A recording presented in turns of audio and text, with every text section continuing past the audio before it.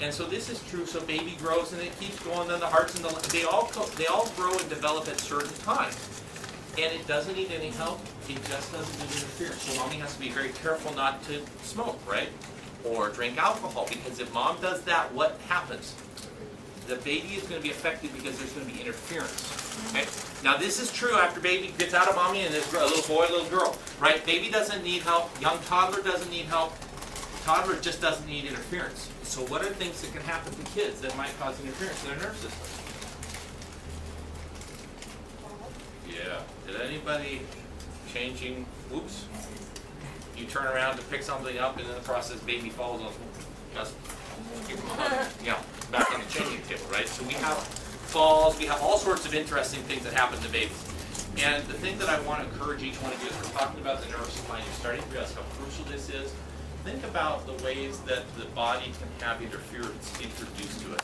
It can be the stuff that we eat, but probably more importantly, it can be the things, the traumas that we sustain, because it chokes off the nerves. Until those nerves are opened back up, then the signals can't flow again, right? So if you're doing all the things right, you're exercising, you're eating good, you're doing all this stuff, but if you haven't had your spine and nerve system kind of cared for, you're missing a really important thing. All right. So one of the things when we talk as we go through each of the organs, we are going to talk about where the nerves and these organs branch out of your spine. And so I want you to understand that is the basis for this. Is because you have an innate intelligence. If something interferes with that nerve system, what we call subluxation, when it's your spine that's out of alignment, then until that's fixed, you're going to keep having problems. And there's no point in really even talking about the specifics until we get that opened up. All right. So let's start, and what I was thinking tonight is let's start kind of from the top down. So if we kind of start thinking, what is our first, you guys are all using what right now? You're using your mouth. So the process of digestion really does start in the mouth, doesn't it? So you've noticed you make some saliva, right? Saliva isn't just moisture. There's something that starts to get broken down when you chew it in your mouth. What, you know what starts to get broken down? Sugars. Yes, sugars. Yes, yes. So you don't, oh, by the way, I've got a little trivia here. These glands, the saliva glands and your parotid glands, they produce, you know how much saliva you make a day? You don't want to know that. I was thinking I shouldn't be feeding everybody, but you know what? We're gonna talk about it anyway. I mean, it's just the way it is. You produce 1.5 liters, so that's almost a 2-liter bottle full of spit a day. I know, isn't that gross when you think about it? But it's, what's that? Belly up. That's, oh dear. Yeah. So basically, the amylase is the enzyme that is made, and it digests the starches. So starches break them in the smallest chunk.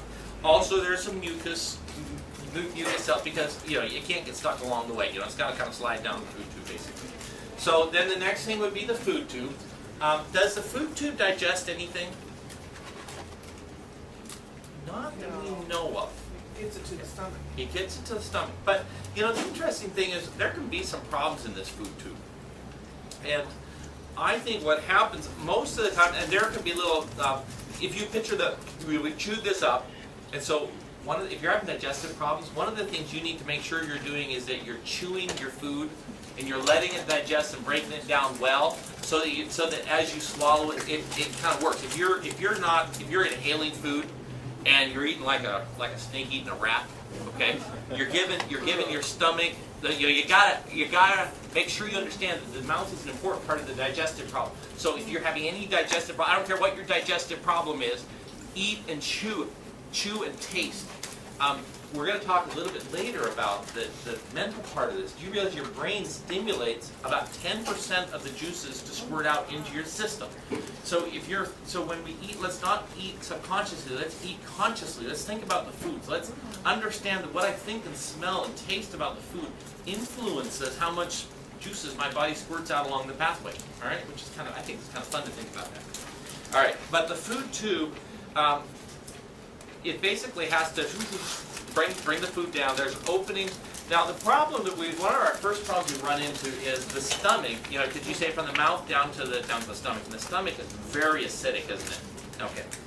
One of the problems. What is it called when the stomach acid gurgles up into the bottom of the food tube? What is that called? Acid reflux. It's called GERD. Those types of things. All right. And when we look at the way the food tube is designed, structurally there's a lot of mucus cells, primarily mucus cells, because there really aren't any cells that we know of that contribute to the digestion. All right. So there's kind of a valve-like mechanism that's supposed to stop the stomach from regurgitating up. Now, that can get kind of sloppy and open up and allow some stuff to gurgle up here. And this is where a lot of the medications come when you've got GERD, where they're trying to do some things, they call them erosions of the kind of the cells there. I'm not sure how I feel about that, because when we get everything working right, it seems like those things just sort of melt away. So I'm starting to focus more on getting that stomach working right and kind of treat it like a factory that's getting stocked up. It's like some piece of machinery broke. We need to get it all working so the factory can can function. Because what is going to happen in the stomach? What food gets broken down there? Mostly Carbs, protein. sugars, proteins. Isn't this interesting? Do you realize we need to talk about this? There's something that only is broken down in the stomach and nowhere else in your intestinal tract. It is your proteins. And as far as we know, really, protein is the thing that gets broken down in the stomach. These other things, the sugars and the starches and those types of things and the fats, those happen farther down, more in the intestinal tract. And one of the problems that I have is, if a protein goes into a stomach that doesn't have much acid, let's say you listened to your medical doctor, and you took this pill and it made your stomach acid less, and you had this meat come into this acidic, what should be acidic, but it's not, what do you think is going to happen to that steak or that piece of meat? That's right, and it will almost, I almost think, I shouldn't say this, but I think it almost rots or ferments or something like that. It doesn't actually digest. Does that make sense?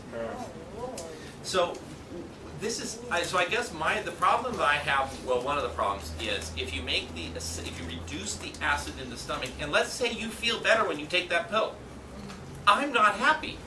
There's several problems with that. One, you're not actually breaking down the foods, and you might, let's say you have gas, and you're like a fart, you're making all sorts of parts all around, and you don't know why, you don't feel bad or whatever.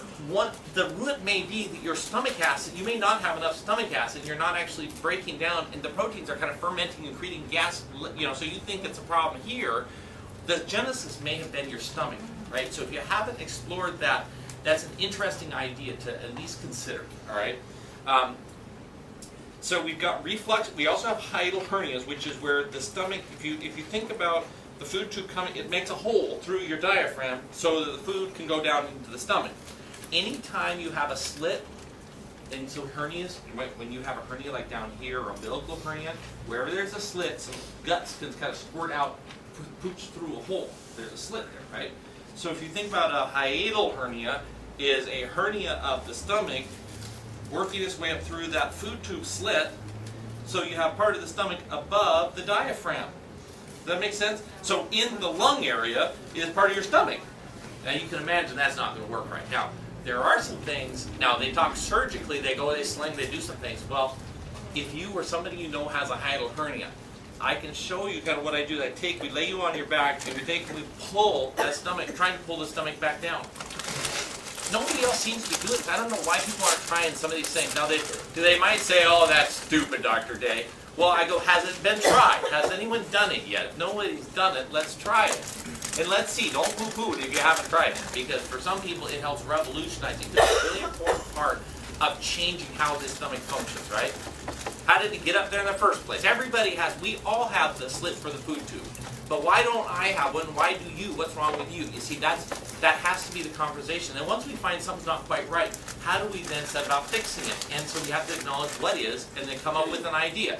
And if nobody else has an idea, I'll come up with one, right? So let's try tugging that thing down. Let's make sure you don't eat big meals and things. But that would be smart to do anyway. All right.